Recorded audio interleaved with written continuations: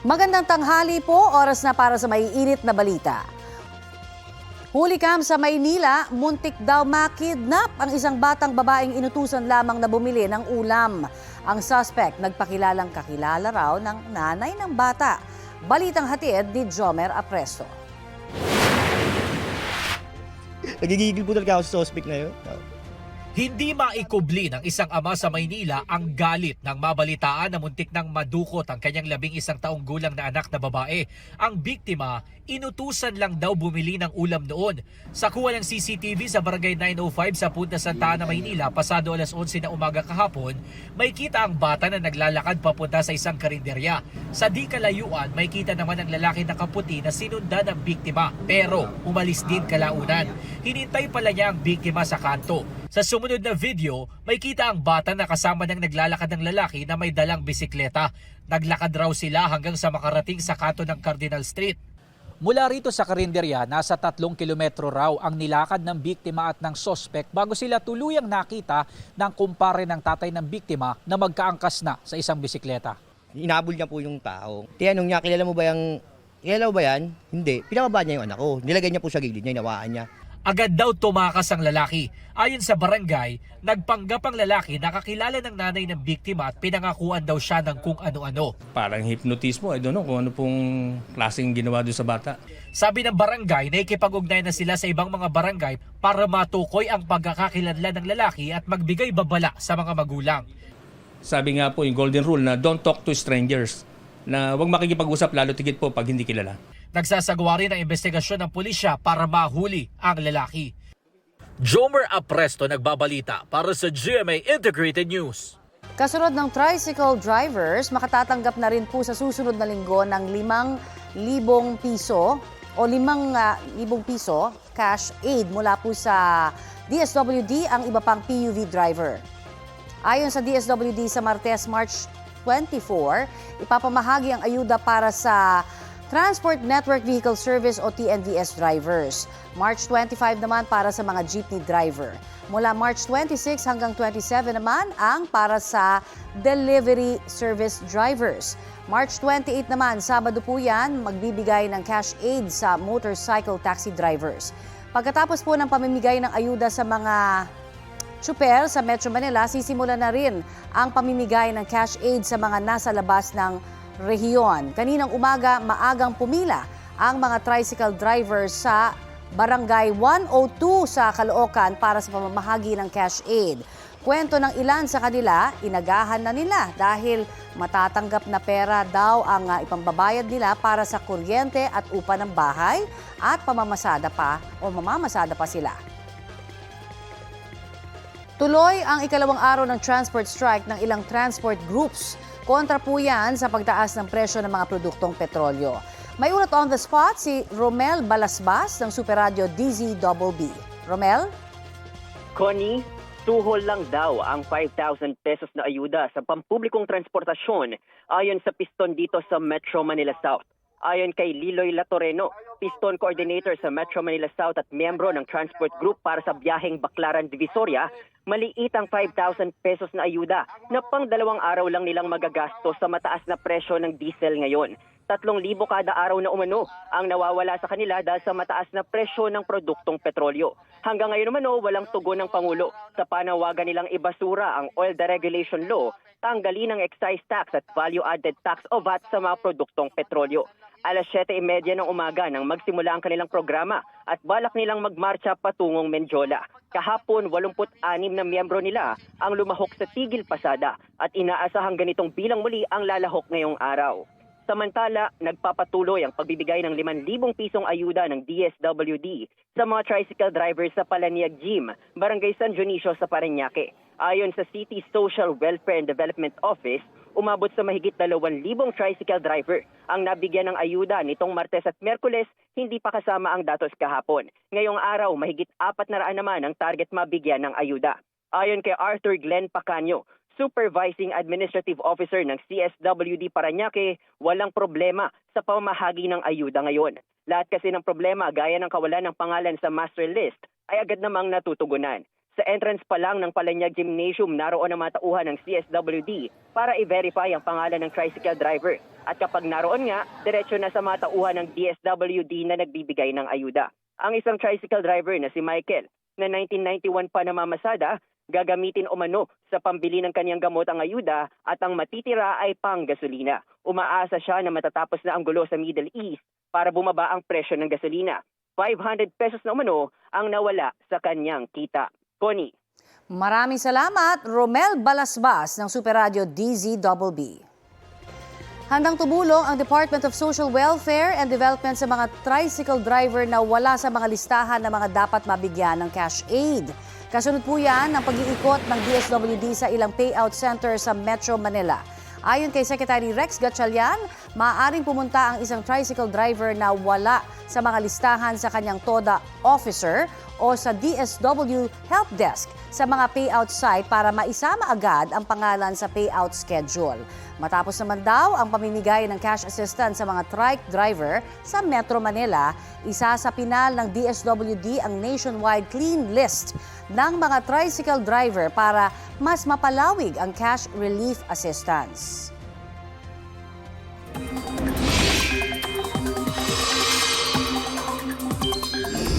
Namataan ang isang buhawi sa loob ng Mangaldan National High School sa Pangasinan.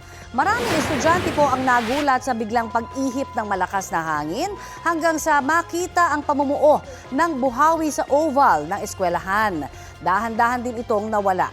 Walang naiulat na nasaktan o napinsala. Ayon po sa Pag-asa, karaniwang nabubuo ang buhawi kapag nagtatagbo ang mainit at basang hangin mula po sa itaas na karaniwang nagmumula sa malalakas na thunderstorm. Kahit inaasahan ang matinding init at alinsangan sa maghapon, nakaranas pa rin po ng malamig na umaga ang ilang bahagi ng bansa. Ayon sa Pag-asa, 16 degrees Celsius na minimum temperature ang naitala sa Baguio City, 16.8 degrees Celsius sa La Trinidad, Benguet, habang 20.8 degrees Celsius dito sa Quezon City. Apektado pa rin po ng hanging amihan ang extreme northern Luzon, habang easterlies ang nakakaapekto sa iba pang bahagi ng Luzon kasama ang NCR at Visayas. Posible muli ang mga local thunderstorms sa Mindanao. Base sa rainfall forecast ng Metro Weather, iilang bahagi lamang ng bansa, particular po sa Visayas at Mindanao, ang makararanas ng light to moderate rains ngayong long weekend. Posible rin po ang ulan sa ilang panig ng Metro Manila ngayong araw. Pinag-iingat naman ang ilan nating mga kapuso sa banta ng fatigue, heat cramps o heat exhaustion. Posible kasing pumalo sa 40 degrees Celsius ang heat index o damang init ngayong pong Biyernes. Ayon pa rin po yan sa Pag-asa. 38 degrees Celsius sa Davao City habang 34 degrees Celsius sa Pasay. Ito ang GMA Regional TV News. Patay ang 2 tao matapos magsalpukan ng isang motorsiklo at isang tricycle sa Mangaldan, Pangasinan. Kita sa CCTV video ang pagdaan ng tricycle sa isang kalsada sa Barangay Bari. Dumating ang isang motorsiklo at nagsalpukan ang tricycle. Sa lakas po ng impact, dumiretso papasok sa sidecar ng tricycle ang motorsiklo at rider nito. Nasawi siya at ang pasahero ng tricycle. Sugatan naman ang driver ng tricycle. Wala pang pag-uusap ang mga kaanak ng mga sangkot sa insidente. Sinisikap pang makuha ang kanilang panig. 14 na pyroclastic density current signals o USON ang naitala ng Bulkang Mayon sa nakalipas na 24 oras. Sa pinakahuling bulletin mula sa PHIVOLCS, mahigit 200 at 70 volcanic earthquakes, isang volcanic tremor at mahigit 400 rockfall events ang naitala sa bulkan sa kaparehas na panahon. Tanaw ang rockfall sa Legazpi kung saan namuo ang abo sa gitnang bahagi ng bulkan. Mahigit 1,000 tonelada naman ng asupre ang ibinuga nito kahapon. Kasalukuyang nasa alert level 3 ang bulkan.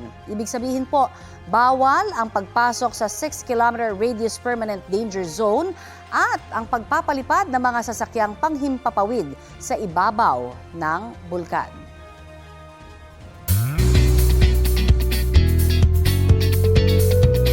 Happy Friday mga mare at pare! Pinasaya ni PBB Celebrity Collab 2.0 Kapuso Big Winner Caprice Cayetano ang mga bata sa isang foundation. Nakipag-bonding siya sa ilang activities gaya ng bracelet making. Nauna nang sinabi ni Caprice na magdo-donate siya ng bahagi ng kanyang prize sa Little Ark Foundation, isang NGO na tumutulong sa mga batang may cancer, thalassemia at iba pang karamdaman. Natanong naman ang inyong mare si Caprice sa kanilang meet and greet ni Kapuso Global Fashion Icon, Heart Evangelista, sa Sparkle On Stronger Together event kamakailan. Chika ni Caprice, kinilig siya na muling makita ang idol niya. Pagkasama na sina Caprice at Heart sa Kapuso Telefantasia na Mulawin versus Ravenna. May sagot din si Caprice sa sweet message ng kanyang ate Heart. So Caprice, call me if you need any clothes or anything you need to wear. Ate Heart is here. Yes, definitely. Siyempre po, sino pong hihindi? I would love to po. Grabe, willing po ako at na-excite na po ako na maging Little Heart kung sakali po. Gusto ko pong mag-thank you kay Miss Heart, tsaka na-appreciate ko po yun. Thank you, Miss Heart! Hulikam ang pag-overtake ng ambulansya sa double solid yellow line sa kalsadang yan sa Arayat, Pampanga. Gumilid para umiwas ang ilang tricycle habang hindi naman nakaiwas ang isa pang motorsiklo kaya nasagi ng ambulansya. Natumba ang magamang sakay nito. Bumalik naman ang ambulansyang nakasagi sa motor at isinakay ang mga biktima papunta sa ospital. Ayon sa pulisya, may susunduin sanang pasyenteng bagong panganak ang ambulansya nang mangyari ang aksidente. Sa update ng pulisya, nakalabas na ang ama sa ospital habang nagpapagaling pa ang 11 taong gulang niyang anak. Nangako ang driver ng ambulansya na sasagutin ang gastusin sa pagpapagamot sa mga biktima. Sa RA 4136 o Land Transportation and Traffic Code, kailangang magbigay daan sa mga on-duty na emergency vehicles tulad ng mga truck ng bombero at ng ambulansya. Pasintabi po sa susunod na balita. Bistado ang isang bahay sa Navotas na ginagawa umanong katayan ng mga aso. Ang karne, ibinibenta raw sa Divisoria sa Maynila. Balitang hatid ni Bea Pinlac. Kaawa-awa ang kalagayan ng asong nadatnan ng mga otoridad na wala ng buhay at nakasabit sa banyo ng isang bahay sa barangay Bagong Bayan, South Navotas nitong Lunes. Ang katawan ng isa pang aso, duguan at nilalangaw na habang nasa sahig. Sa sakong ito naman, natagpuan ang ilan pang nakatay na parte ng katawan ng aso. This has been going on for a while. Yung report sa akin is hinuhuli nila yung mga dogs from Malabon, Caloocan, Navotas, and may mga contractual na pumupunta sa bahay nila at kinakatay sa bahay nila. Ang karaniwang target umano ng mga suspect, mga asong gala.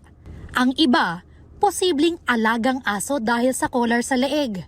Ilang araw matapos isumbong sa pulisya, nahuli sa aktong nagkakatay ng aso ang 26 anyos na lalaki at kanyang asawa.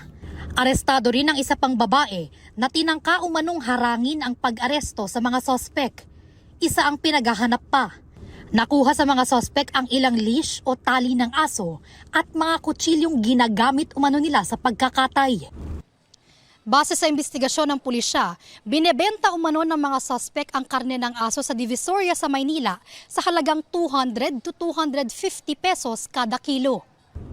Nakakulong ang 3 suspect sa Navotas City Police Station. Nakaharap ang mag-asawang suspect sa reklamong paglabag sa Animal Welfare Act, Anti-Rabies Act, Food Safety Act, pati na rin sa pagpalag umano sa pag-aresto sa kanila. Reklamong obstruction of justice naman ang inihain laban sa kanila umanong kasabwat. Sinusubukan pa naming kunin ang panig ng mga sospek. They said, yan na lang yung nila means of livelihood. Nagbabala rin ang grupo sa banta sa kalusugan ng pagkain ng karne ng aso. There are health risks because that is not livestock. Pagtitiyak ng Navotas LGU, paiigtingin nilang pagpapatupad sa mga batas para maproteksyonan ang mga hayop at ang mga residente ng lungsod. Bea Pinlac, nagbabalita para sa GMA Integrated News.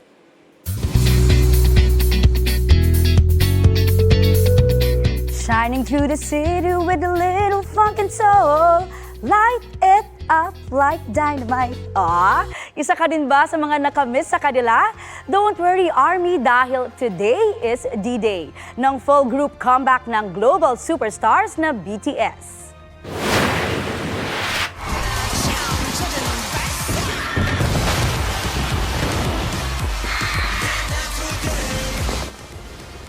At exactly 12 noon oras dito sa Pilipinas ang release ng kanilang 5th studio album na Arirang na may 14-track list.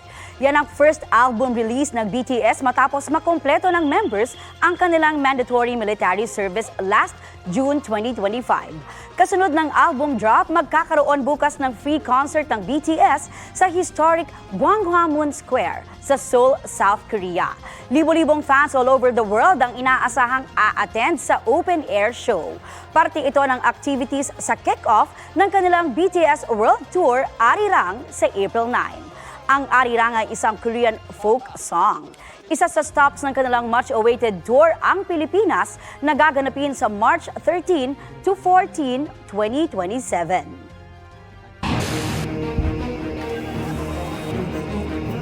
All-time low ang 60 pesos and 10 centavos na halaga ng piso kontra dolyar sa pagsasara po ng palitan kahapon. Sa gitna po yan ang nagpapatuloy na gyera sa Middle East. Balitang hatid ni Jamie Santos. Sa gitna ng mga pag-atake sa oil facilities sa Middle East, nagsara ang palitan sa 60 pesos and 10 centavos, pinakamahina sa kasaysayan. Unang beses na sumampa ito sa 60 peso level. May punto pa sa intraday trading na umabot ito sa 60 pesos and 40 centavos. Mula nang sumiklab ang gulo noong February 28, nasa 58 peso level hanggang 59 peso level ang palitan. Ayon sa profesor at ekonomistang si Emmanuel Leico, unang mararamdaman ang epekto nito sa pagtaas ng presyo ng mga inaangkat na produkto. Kasi ang mga inaangkat natin, ang ginagamit natin ay dolyar. So ang ibig sabihin niyan ay mas maraming piso ang kailangan para makabili tayo ng mga ini-import natin sa labas.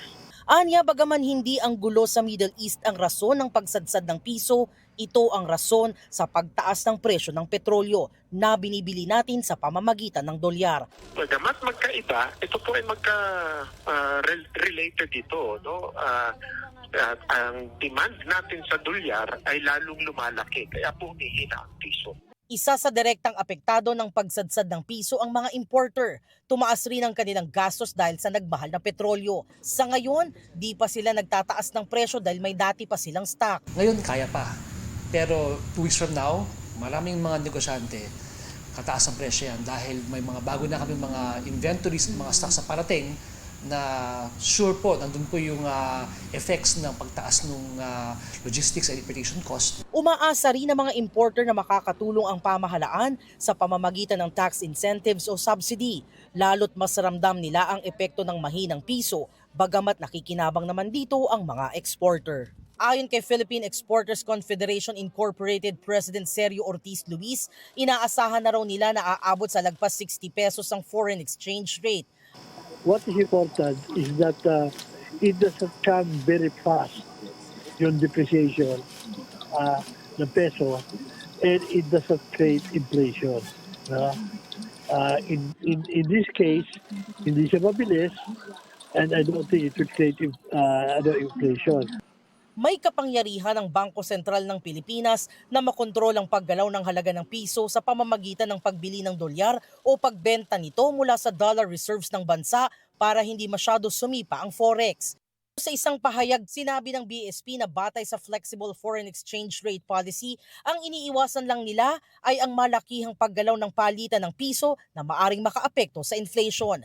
Hindi raw nito polisiya na maipako ang piso sa iisang level. Ang magagawa lang ng Bangko Sentral, katulad po ng sinabi ng BSP Governor, ay pangalagaan yung stability ng ating currency. Drastic ba ang pagbabago o hindi naman? Ito naman po yung pagsampa ng piso kontra dolyar sa 60. Inaasahan na po natin yan eh. Psychological threshold ang 60. Kapag mataas ang halaga ng dolyar, mas malaki ang naiuwi ng mga pamilyang tumatanggap ng dollar remittance. Pero para sa ilan sa kanila, balewala ang inilaki ng padala. kung mabilis naman ang pagmahal ng bilihin. Walang kwenta. Mas maganda pa kung ibaba na lang para bababa din ang mga bilihin. Nakakaawa yung mahirap na, lalong naghihirap. Jamie Santos, nagbabalita para sa GMA Integrated News. Kaugnay po sa pagsuspindi ni Pangulong Bongbong Marcos sa taas pasahe sa mga pampublikong sasakyan, kausapin po natin si Mega Manila Consortium Corporation spokesperson Juliet De Jesus. Magandang umaga at welcome po sa Balitang Hali. Magandang umaga po sa inyong lahat. Ano po ang reaksyon ng inyong grupo sa pagsususpindi po sa taas pasahe sa mga pampublikong sasakyan? Siyempre, sa umpisa, nagulat kami. Bakit hindi pa namin nai-implement? Sinususpindi na. First time ho ba ito nangyari sa ganitong pagkakataon na na-announce tapos hindi ho napatupad? Opo. I see. At gaano naman ho tindi na yung effect ng pagtaas po ng presyo ng diesel sa inyo pong hanay? Naku, malaki na po ang tindi kasi kung nakukuha namin at least 52 pesos per liter or na wala pong gera, doble po yung times 2 po yung doble. I see. At papaano ho yung mga ginagawa ninyong adjustment sa inyo pong pang-araw-araw na pagbiyahe? Ang ginagawa po namin, less deployment po. Less deployment namin. Okay. May mga tsuper din ho ba kayo na hindi pumapasok muna dahil sinasabi nga na baka nahihirapan po sa ganitong arrangement o sitwasyon? Meron po. Ito po, problema rin namin ng driver. At papaano ho yung mga nauna ninyong petisyon? Ano ho bang inyong update ngayon dyan? Ang update po namin na suspended ako po ang gobyerno, DOTR and FRB na meron pong other subsidy na pwede pong ibigay ang gobyerno sa mga transport operator. I see. Kagaya po subsidy sa fuel, driver, tsaka po nagbabalak po silang mag-serve contract for us. I see. At gaano ho ba karami ngayon ang parte po ng inyong grupo? Nako sa MMC po, marami po kami kasi majority po sa city operator. Something like 82 company sa consortium.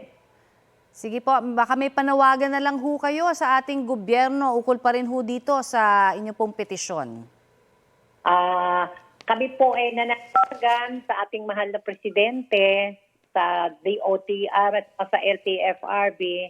Sana po, kung meron man po kayong mga plano in replace of the fare increase na nang-suspinde, makabuhay naman po sa mga driver. Okay. Marami pong salamat sa inyo pong ibinigay sa aming oras, ma'am. Yan po naman si Mega Manila Consortium Corporation spokesperson Juliet De Jesus.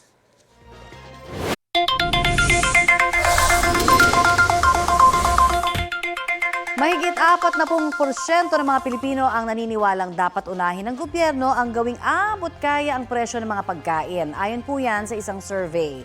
Sa pagtaas kasi ng presyo ng mga bilihin, ilang mamimili at negosyante na ang nangangamba para sa kanilang kita at pagbabudget. Balitang hatid ni Bea Pinlac. Kung tuloy-tuloy ang pagsipa ng presyo ng produktong petrolyo bunga ng gera sa Middle East, hindi maiiwasan na mahahatak din pataas ang presyo ng ibang bilihin gaya ng pagkain. Kaya nangangamba ang ilang mamimili na baka kahit anong higpit nila ng sinturon, hindi pa rin sumapat ang budget nila sa pang-araw-araw. Hindi pa tumatas yung sahod. Wala na, binabudget na lang namin. Kunti-kunti na lang ang bibilin para makaraos lang. Magtipid na lang hindi na tayo kakain. Pati ang negosyong karinderya ni Dimalin, apektado. Hindi na raw gaanong bumibili ng pagkain ng mga suking taxi driver na hirap din sa nakalululang presyo ng gasolina. Masakit sa bulsa. Magbawas na lang sa takal kasi hindi ka naman pwede magtaas ng taas kaagad kasi iwanan ka. Kabilang sila sa 41% ng mga Pilipino na naniniwalang ang dapat unahin ng gobyerno ay magawang abot kaya ang presyo ng pagkain. Base yan sa Pulse Asia survey mula February 27 hanggang March 2, kung saan tinanong ang 1,200 Pilipino kung ano ang unang dapat matugunan ng gobyerno. Kabilang din sa gustong patutukan ng korupsyon, dagdag na trabaho, edukasyon at healthcare. Dapat lang, kasi lahat tayo, yan ang pinaka-importante pagkain, lalo yung bigas. Wala. Anong mga gawin natin? Sa Mega Q-Mart sa Quezon City, damang-dama rin ang pagtaas ng presyo ng karning baboy at isda. Ang kada kilo ng liempo, umaabot na ng 420 pesos. 320 hanggang 340 pesos naman nabibili ang kasim. Nasa 200 to 240 pesos naman ang galunggong. At 220 pesos hanggang 230 pesos naman ang bangus. Daing ng mga nagtitinda, kasabay ng pagtaas ng presyo, ang pagtumal ng benta. Kaya pati sila, lugi. Alam mo, pag tumaas ang gasolina, lahat damay na lahat yan. Kasi lahat ginagamit ng gasolina eh. Transportation, sa lahat. Ngayon talaga lugi talaga kami ngayon sa to. Kasi tumaas na ang palinda, tapos matumal pa, talaga lugi kami. Kung dumating yun ang presyo, siyempre, dadagdagan mo yun. Hindi pwedeng ganun pa din. Siyempre, kailangan mong kumita. So, mahirap, pero sige lang, laban lang. Pangamba nila, baka maipit din sila sa patuloy na pag-alagwa ng presyo ng langis. Bea Pinlac, nagbabalita para sa GMA Integrated News. Ito ang GMA Regional TV News. Isa pang sakay ng lumubog na MV Tricia Kirsten 3 ang na-recover sa Lantawan, Basilan. Natagpuan ang bangkay sa dagat ng mga mangingisda at positibo po itong kinilala ng mga kaanak niya base sa mga suot na damit at sapatos. Kabilang po siya sa mga sakay ng MV Tricia Kirsten 3 na lumubog sa Balok-Balok Island noong pong January 26. Sa datos po ng Philippine Coast Guard, 66 na ang namatay sa paglubog ng barko. 13 pa ang nawawala. Halos 300 naman ang nailigtas. Arestado ang isang lalaking motorcycle rider matapos siyang sitahin sa isang checkpoint sa Kabakan, Cotabato. Base po sa investigasyon, sinita ang rider dahil walang side mirror ang gamit niyang motorsiklo. Nang hingin ang mga dokumento ng motor, nadiskubre ng PNP Highway Patrol Group na peke ang mga ito. Nalaman din na nakaw pala ang motorsiklo. Ininspeksyon ang motor at nakitaan pa ang lalaki ng 5 pakete ng hinihinalang shabu at drug paraphernalia. Hawak ngayon ng pulisya ang rider na walang pahayag.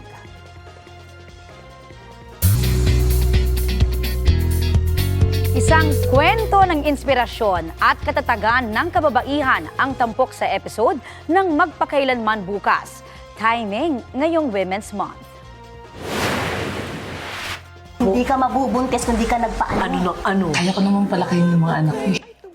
Yan ang kwento ni Mommy Len Timbol, aka Mommy Sugpo, na real-life nanay ni Herlene Budol. Si Herlene mismo ang bibida sa episode. Makakasama nga rito si Juancho Trevino. Bukas na po yan, 8:15 p.m. sa GMA. Balik teatro sina Stars on the Floor celebrity dance star Jasmine Curtis Smith at Sparkle star Royce Cabrera. Magtatambal sila sa stage play adaptation ng Cinemalaya film na Endo. Kwento ni na Jasmine at Royce sa Inyong Mare, enjoy sila sa kanilang rehearsals at marami rin silang learnings. Sabi pa ni Jasmine, nakatulong ang exposure niya sa Stars on the Floor sa kanilang mga movements sa stage. Ibinahagi rin ni na Jasmine at Royce kung ano ang natutuhan nilang difference ng film at teatro. Pinakauna talaga, wala kang take two. Siguro yun ang kailangan mong i-build na strength na yung tiwala sa sarili and yung relaxation mo pag sampa sa stage. Sa teatro talaga kailangan mong ibigay 101% ng katawan mo kung anong kayang ilabas ng katawan mo. Kasi sabi nga ni Jess, walang take two. So simula na umilaw yan, nasa entablado ka, wala nang alisan.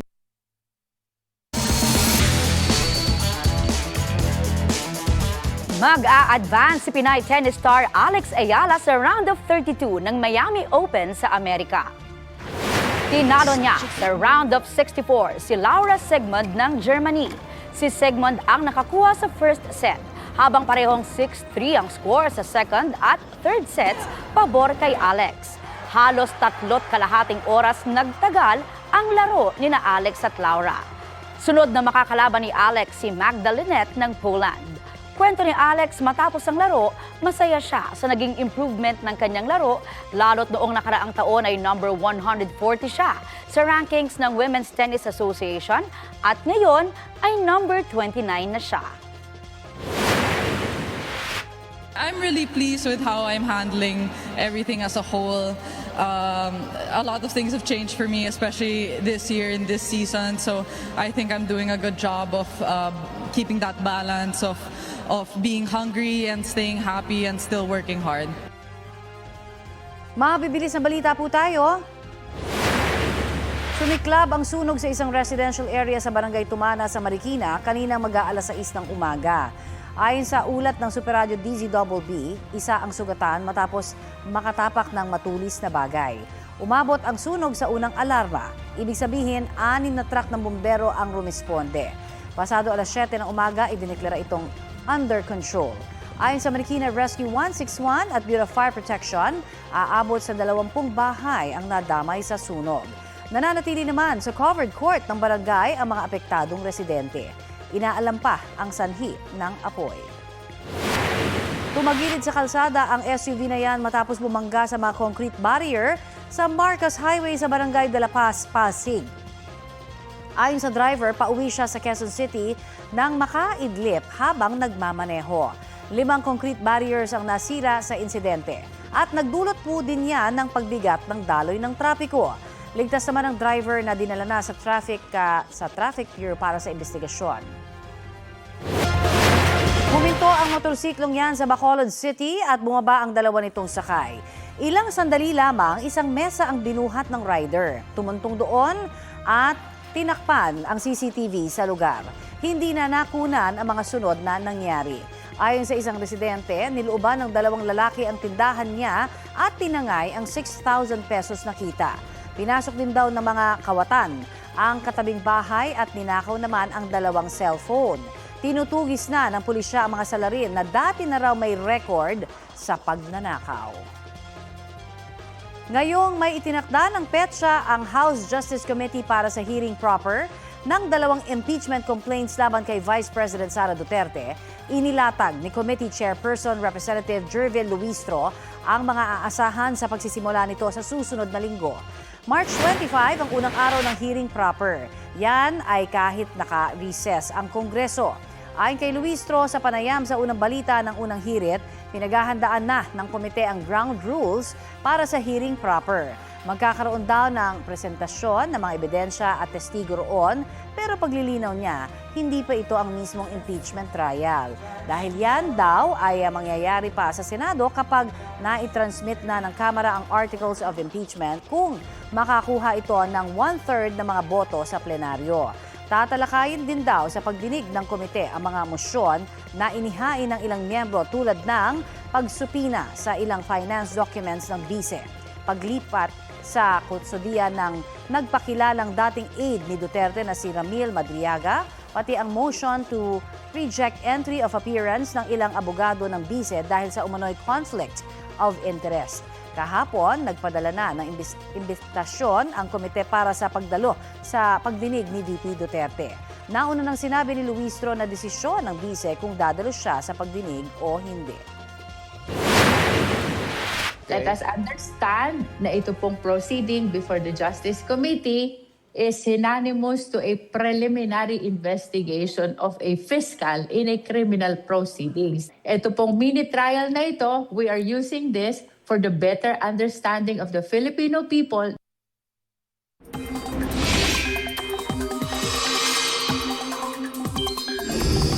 Ngayong araw mangyayari ang tinatawag na Spring o Vernal Equinox. Ayon sa Pag-asa, hudyat ito ng simula ng spring season o tagsibol sa ilang bansa sa Northern Hemisphere. Taglagas naman yan o autumn season sa mga nasa Southern Hemisphere.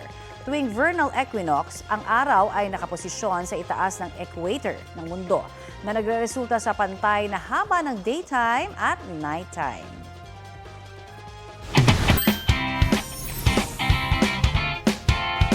Qualified na sa Football World Cup ang Philippine Women's National Football Team na Pilipinas. Kasunod yan ang kanilang panalo laban sa Uzbekistan sa AFC Women's Asian Cup play-in sa Australia. Sa first half, hindi nakaskor ang parehong koponan. Sa second half naman, nakadalawang goal ang Pilipinas. 0 ang Uzbekistan. Ito na ang ikalawang sunod na pag-qualify ng Pilipinas sa FIFA Women's World Cup matapos ang kanilang debut noong 2023. Gagawin yan sa 2027 sa Brazil. Good job, Pilipinas!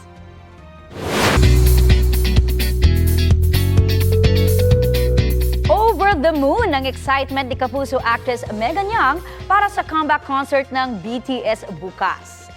Live siyang manonood sa Seoul, South Korea together with her hubby Mikael Daes at Baby Leon. Chika ni Megan, dream come true ito dahil first time niyang makikita ang OT7, especially her bias Jen. Kaugnay ng highly anticipated comeback ng BTS, nagpaalala ang Philippine Embassy sa Seoul sa fellow armies na personal na dadalo sa event na maging alerto at mag-ingat. I-secure ang inyong personal belongings. Magdala ng sapat na pagkain, tubig at gamot. At tandaan ang emergency contact numbers ng embahada at local authorities doon. Enjoy and borahe, armies! Ang isinusulong na pagbasura sa oil deregulation law hindi lang para mapamura ang presyo ng langis ayon sa Ibon Foundation, kundi para sa transparency sa nagiging gastos ng oil companies na natatakda naman ang presyo ng mga produktong petrolyo. Ayon naman sa House Energy Committee at ilang eksperto, kailangang mangutang para mapamura ang presyo ng langis sa Pilipinas kumpara sa presyo nito sa world market. Balitang hatid ni Jonathan Andal.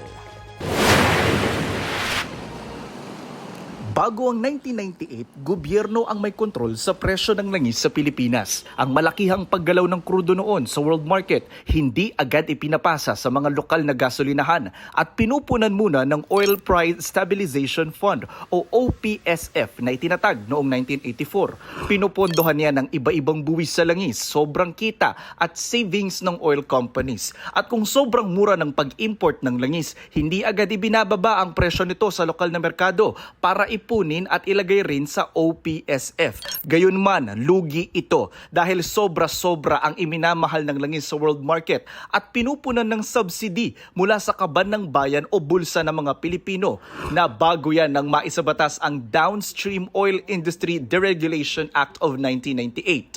Inalis sa gobyerno at binigay sa mga oil companies ang kontrol sa pagpipresyo. Dapat nakasunod yan sa world prices. Pero tingin ng ilan, kagustuhang kumita ng mas malaki ang nagdidikta ng kanilang presyo imbis na mismong gastos lang.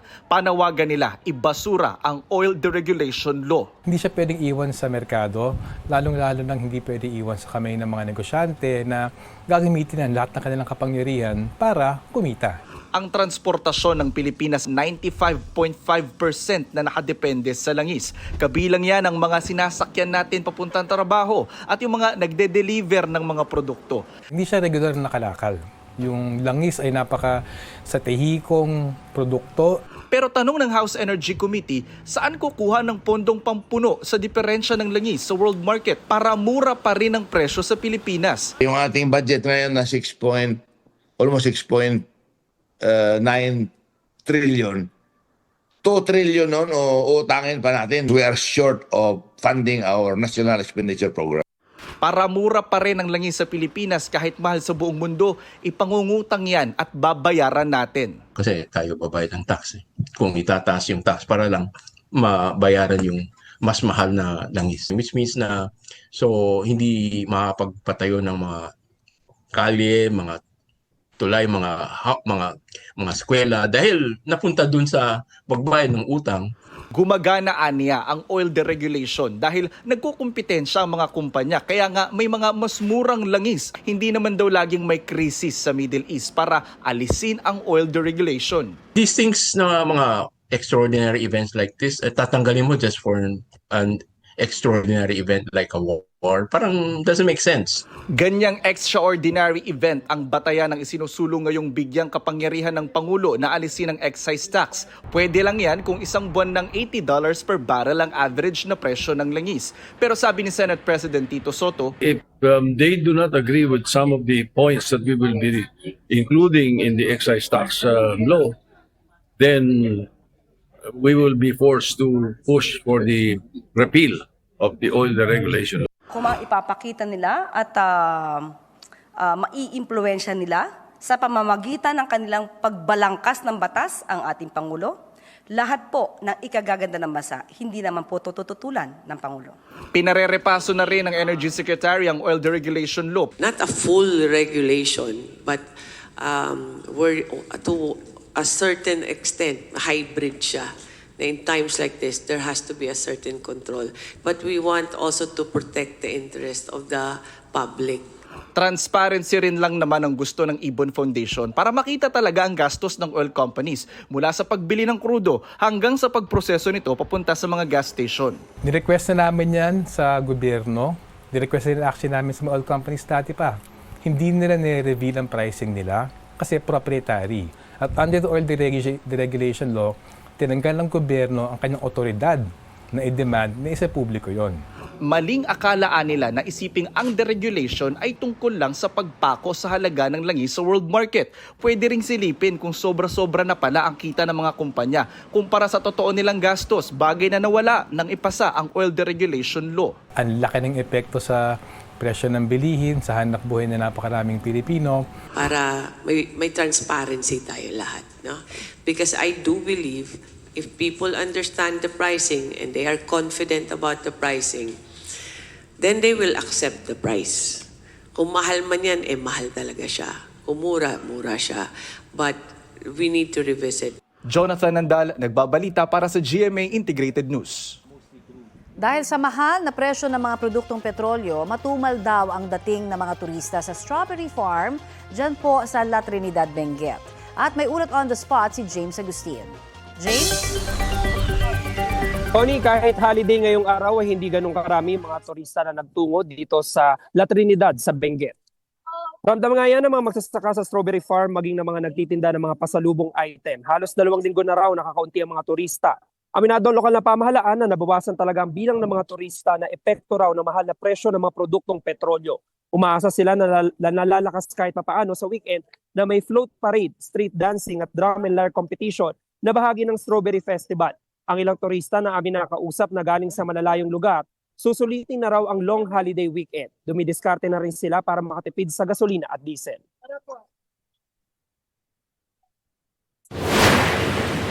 Nag-carpooling po kami papuntang Baguio. Sa pasalubong, instead na 1 kilo ang strawberry, half kilo na lang. Bali, nag-ambaga kami sa gasolina, tapos sa food, sa ginawa namin.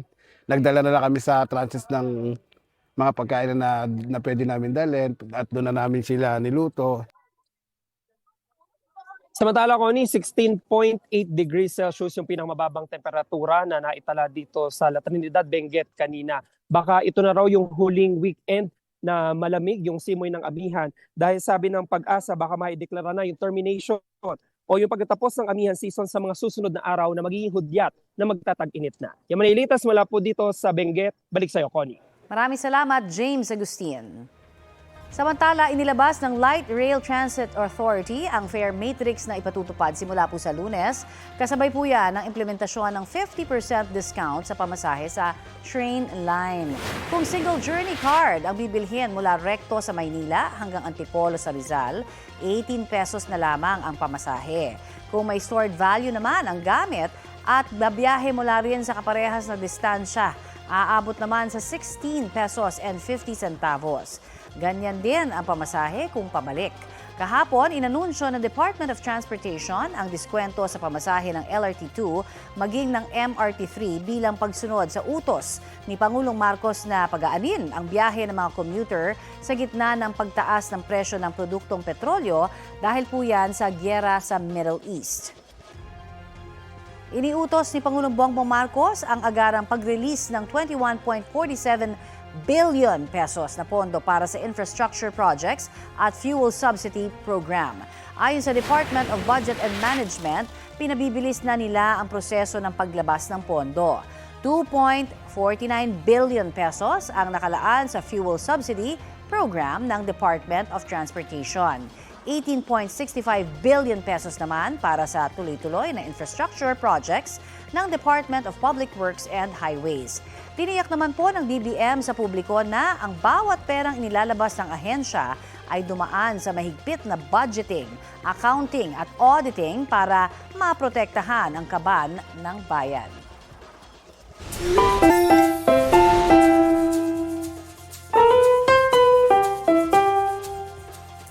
Aminin, lahat tayo ay nakakaranas ng sabaw moments. Oo naman, Mars.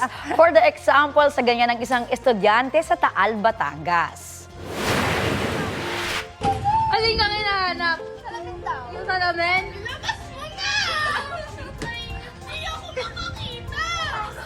Ayun no, sa gitna ho ng tawanan with barkada na, tulala na lang si Giselle Balba. Ang auntie nyo, nawawala raw kasi ang salamin sa o antiparan niya. Kung sino-sino pa ang sinisi, pwera ang kanyang sarili. Ang salamin kasi, nasa ulo lang ni Giselle. Maiyak-iyak pa siya hanggang makampanya ito. Nalinawan naman siya, sabay tawa sa nangyari. Ang video 1.8 million na ang views. Trending! Giselle, hindi ka nag-iisa. Relate tayo dyan, Mare. Mas malala pa kami. At ito po ang Balitang Hali. Happy weekend po sa ating lahat. Bahagi po kami ng Mas Malaking Misyon. Ako po si Connie Cizon. Kasama niyo rin po ako, Aubrey Carampel. Para sa mas malawak na paglilingkod sa bayan, mula po sa GMA Integrated News, ang News Authority ng Filipino.